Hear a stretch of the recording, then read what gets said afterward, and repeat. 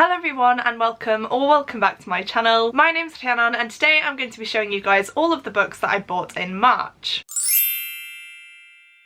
I do have 10 books to show you guys today, which is definitely excessive. However, there are a few gifts in here, as well as some subscription box books as well. I'm pretty sure that I only bought 5 of these myself, aside from the subscription box books. So again, not too bad. However, I definitely need to lower this number because you guys can tell by the shelves behind me, there isn't a lot of space there. And I can't keep adding more books to my physical TBR because I have so many books that I am desperate to get to that I've owned for years. So I am going to try and slow down. April is definitely going to be a crazy month for me though, so maybe I'll be treating myself. We shall see. I'm so excited for all of these books. I cannot wait to get to them. And so without further ado, let's just get on with the haul. The first book I have to show you guys is The Fine Print by Lauren Asher. This was very kindly sent to me by Nicola, so thank you once again, Nicola, for sending this one my way. For those of you who don't know, I have now got a new job. I left my current workplace on the last day before the Easter holidays, and I start my new teaching job the first day back after the Easter holidays. And so, as I mentioned, I have been a bit stressed, and Nicola wanted to send me a gift to congratulate me on my new job and to give me something good to read. I do have the gift note in there. I keep all of my gift notes so that I know who has sent me the books, but yeah, it just says congratulations on the new job, some solid romance to empty your brain when teaching gets too stressful, which you guys know I'm not a massive romance reader. However, this is a series that I've been so interested in because from what I can gather, it's a series inspired by a Disney World type of resort, and as we all know, I am a massive Disney fan, so that is definitely one of the main elements that drew me in. I think that the male love interest in this is the kind of creator of this theme park, and then the female protagonist actually writes a drunk proposal criticizing Dreamland, which is the theme park's most expensive ride. Instead of being sacked for this though, the male love interest offers her a job. The only catch is that she has to work under a horrible boss, that is until she learns his secret. That's all I know about this one. I'm so interested in it. I'm so happy to finally own it. So once again, a massive thank you to Nicola for sending this one my way, and I will definitely be reading it towards the summer months. The next gift I received was My Lonely Wife by Samantha Downing, and this one was sent to me from the lovely Victoria over at What Victoria Read here on YouTube. This gift note reads, "Congratulations on your new job. It's an amazing achievement and I hope you're really happy there," which is just lovely. It is definitely daunting starting a new job. Of course, I'm at a different place with different kids, different colleagues, and yeah, it's very overwhelming, but I am so excited. Victoria is also a fellow teacher. She does teach secondary school though, but I think she can relate to me in some way, and yeah, it was just lovely that she decided to send this one to me. If you couldn't tell just from the look of this book, this is an adult thriller, and it has a really short synopsis, so I will just read it to you. It says, "This is a story about a married couple. They have a very dark secret. You might think you've read stories like this before. You'd be wrong." So the synopsis doesn't give too much away. I definitely prefer to dive into my thrillers without really knowing too much about them, just because I tend to be pleasantly surprised, and I've definitely been on a thriller kick recently, so I'm very excited to get to this one. Again, thank you so much, Victoria, for sending this one to me. You really didn't have to, but it made my day and I cannot wait to read it. Right, the next 3 books I have to show you guys are all from Asda. I tend to do most of my shopping at Asda, and they do normally have quite a good selection of books, and so I wandered over to that section the other day and picked up 3 new books for myself. The first one is Wrong Place, Wrong Time by Gillian McAllister. This is actually one that I saw on Waterstones for the first time about a week ago actually, so I do believe that this is a pretty new release. The cover of course drew me in, and then I read the synopsis, guys, and I was so intrigued, but it was just a little bit too pricey for me at the time from Waterstones, and so I put it off until I got to Asda and saw it in a 2 for £8 deal, I believe that adult books are, and of course I decided to pick it up. From what I can gather about this book, it is essentially a thriller. However, there is also time travel involved. So a mother sees her son stab a stranger, and then every day after that she wakes up and it's the day before. I'm not sure if this is carried on until we get some sort of resolution. I'm not sure if she's trying to prove her son's innocence or find out what has actually gone on for him to stab someone. But doesn't that just sound insane? It actually has so much praise on the first 2 pages by really popular thriller authors actually. There's Lucy Clark, Ruth Ware, AJ Finn, and so many other authors that, yeah, I feel like this is going to be such an intriguing book, and I just couldn't leave it there when I saw it in that deal. The next book was an impulse buy for me, and that is Let's Pretend by Laura Vaughan. I picked this one up solely because of the cover, and then I read the synopsis and was very intrigued. In this one, we follow a child star, Lily, who is now a struggling 30-year-old actress. Her old stage school friend Adam is on the brink of making it big, but he does need a companion in order to seal the deal, and Lily seems to be the perfect fit. However, soon after she signs the dotted line, Adam turns very toxic towards her. Even though this behaviour is pretty erratic, Lily does deeply care for Adam, and so when his body is found dead in a pool, she seems to be the only one who cares enough about him to want to figure out what has happened. And it just says here, she's convinced someone was out to get Adam, and now they're after her. So yeah, an impulse buy, as I mentioned. I feel like it's going to be a very quick read, which is often the case with most thrillers, and yeah, I was very intrigued by the premise and couldn't resist this one either. And then the last book I bought on this trip to Asda was actually a very different one for me, and that one is Guild by Raven Kennedy. I've heard so much about Raven Kennedy's books, and this book in particular, because this one is a retelling of the story of King Midas, who, if you don't know, was a king who could turn whatever he touched into gold. I say this is not my thing because of the romance element once again. However, I do think that this is more of an intense romance than your standard contemporaries or fantasy books. So I've definitely been put off. However, again, when I saw it there, I just decided to pick it up. As I mentioned, the premise sounds amazing to me, and normally if I enjoy the plot, the romance doesn't really affect me too much. So I guess we'll see with this one. You guys will probably be commenting full speed about why I shouldn't read this book, but I definitely want to branch out into this genre a lot more, and so yeah, I decided to start off with this one and see whether I enjoy it or not. I will read you the back of this one though, just because I don't know anything apart from the fact that it's a King Midas retelling. So it says, "This is the story of King Midas, or that's what we're always told.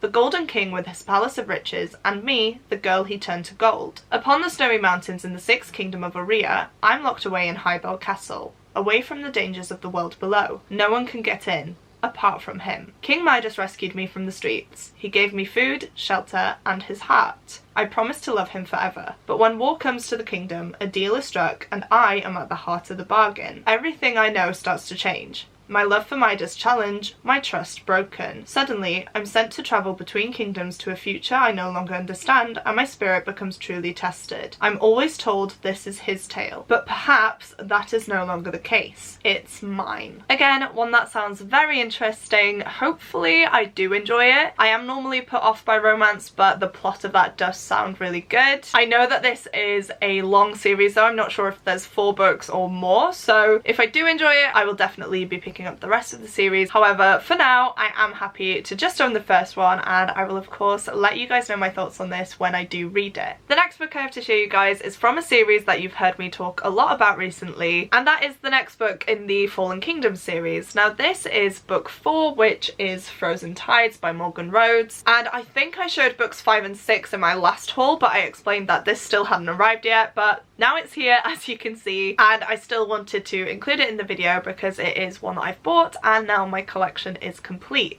I am currently reading the 3rd book in the series, so I'm very glad that this has now arrived so that I can dive straight on into this one once I finish my current read. But essentially this is a YA fantasy series that is often compared to Game of Thrones, mainly because of the violent elements to it. Once you get past that though, it is definitely its own story. We have our 4 main characters, Magnus, Cleo, Lucia and Jonas, who are all dragged into an oncoming war. They essentially need to make morally difficult decisions that will either aid in the efforts in this war or will stand against it with the people. Of course, with war being one of the main themes, we have a lot of political intrigue, we have a lot of different things happening at once in these different lands, and as I mentioned, our 4 main characters find themselves stuck in the middle of everything that's going on. Not only is there political intrigue though, there is also magic in this world, which is very fascinating. We learn more and more as we go through the books. It's called Elementia, which is essentially all the different elements of magic, so earth, fire, water and air, and magic in this world has been dying out for a few centuries now. There are people called Watchers who can take the form of hawks, and they essentially watch what is going on in the outside world to find the kindred, which is the source of all their magic. One day, when rumours of a powerful sorceress emerge, the Watchers and some of the people involved in this war find themselves in a race to find the kindred so that they can take magic for themselves. I'm not going to say too much more, I feel like I've said a lot there anyway, but this is a fantastic YA series. The only element in this that I don't like is the insta-love. I feel like in every book we get so many characters that just fall in love with every other character, and it's quite off-putting. However, I get that at the time we needed all this angst and drama, but putting that aside, I'm loving the plot, I'm loving the magic system, and I do love the character interactions as well. Of course, I can't say too much more about this one now because it is the 4th book in a series, but I would highly recommend giving the first book a go. It only gets better from there, and this is a series that has quickly become a favourite of mine, as you can tell, and yeah, I'm very glad to own the 4th one now, and I can finally add it to my shelves and complete the collection. Sticking to the fantasy theme, the next book I have is a beast of a book, and that is A Day of Fallen Night by Samantha Shannon. Now, this is a prequel to The Priory of the Orange Tree by Samantha Shannon, which is a book I read about 2 years ago now and absolutely loved. I genuinely couldn't tell you anything about this book though, so I will once again turn to the synopsis. I'm so sorry about that, but hopefully it will shine a light on what this book is actually about, both for you and for me. It says, Tuniva Melim is a sister of the Priory. For 50 years she has trained to slay worms, but none have appeared since the Nameless One, and the younger generation is starting to question the Priory's purpose. To the north, in the Queendom of Innis, Sabran the Ambitious has married the new King of Hroth, narrowly saving both realms from ruin. Their daughter, Glorian, trails in their shadow, exactly where she wants to be. The dragons of the east have slept for centuries. Dumai has spent her life in a Sakanese mountain temple, trying to wake the gods from their long slumber. Now someone from her mother's past is coming to append her fate. When the Dreadmount erupts, bringing with it an age of terror and violence, these women must find the strength to protect humankind from a devastating threat. Intricate and epic, A Day of Fallen Night sweeps readers back to the world of the Priory of the Orange Tree, showing us a course of events that shaped it for generations to come. That is definitely an oversimplistic synopsis for what is going to be a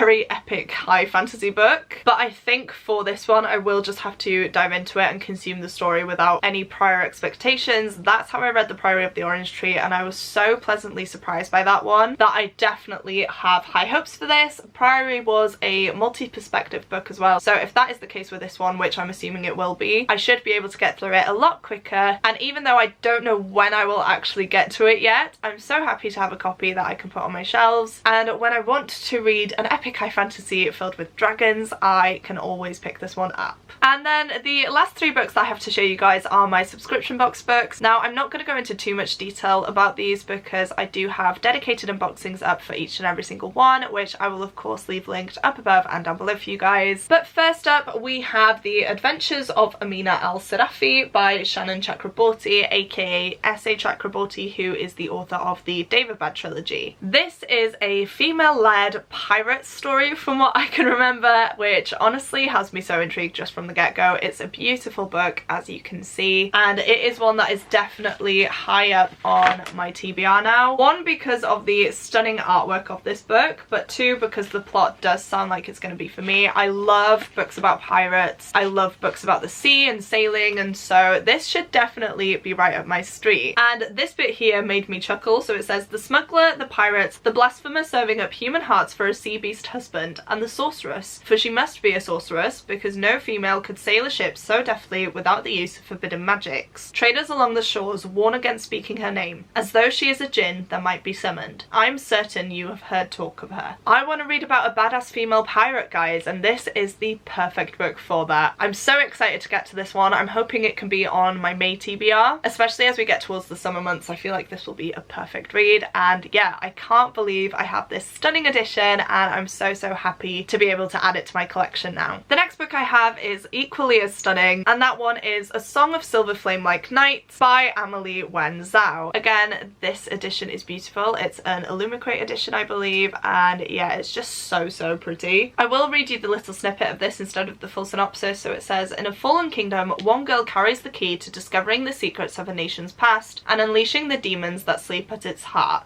And it's going to be part of an epic new fantasy duology inspired by Chinese mythology. I think I mentioned previously when I was talking about King Midas that I do really love my mythology. Chinese mythology is something that I would like to read a lot more of, and so I'm very happy once again to have this in my collection. I would love to get to this one before the summer months as well, and I've only heard amazing things, which has me so excited for it. And now we have finally made it to the last book, which is The Foxglove King by Hannah Witten. This was the latest Fairyloot book. It's part of their adult book subscription service, not their YA one. There isn't really a little snippet of what this book is about. I think in my unboxing I felt like it was quite similar to Crescent City by Sarah J Maas. Those were the vibes I got just from the synopsis. Of course I might be completely wrong, but that's just what I picked up on personally. But our main character Law, when she was 13, escaped a cult in the catacombs beneath the city of Della, and in the 10 years since, she has lived by one rule, which is don't let them find you. Law has made a living running poisons for the city's underbelly, but when a run goes wrong, she's captured by the king and expects to be sent to the pyre, but the king has different plans for her. And it just says here, Law tangles in politics, religion and forbidden romance as she attempts to navigate a debauched and opulent society. But the life she left behind in the catacombs is catching up with her, and even as Law makes her way through the sainted court above, danger from below draws ever closer. Honestly, I should have just read you guys the full synopsis, but I don't love when people do that in their videos, and I feel like I've read a few synopses so far, so that's just a little snippet of what this book is about. As I mentioned, you can always watch my unboxing video if you do want the full synopsis, but the premise of this definitely intrigues me. I love the fact that there is a cult involved because I find that as a plot point to be so interesting, and whilst this one isn't the highest on my TBR, I do feel like I'll try to get to it soon, just so that I can give you guys my thoughts on it and see whether I actually want to keep this one or not, because the cover isn't doing it for me, but the plot and the story does sound amazing. So there we have it. These are all of the books that I either bought or received in the month of March. As I mentioned, it is a big stack. However, I'm so excited for each and every single one of these, and I'm so grateful to Victoria and to Nicola for sending me some gifts as well. If you have made it this far through into the video and would like to let me know that you're still here, please go ahead and comment a castle emoji down below. We definitely had a lot of books about royalty and castles in here, so I definitely feel like that is a fitting emoji, especially because the cover of the fine print has a castle as well. So if you don't have anything in particular that you would like to say, but you would like to let me know that you're still here, please go ahead and do that now. As well as that, please don't forget to click the like button if you like this video and the subscribe button if you'd like to see more content from me. But that is it from me today, guys. Thank you so much for watching. It truly does mean the world to me, and I will see you soon in my next video. Goodbye!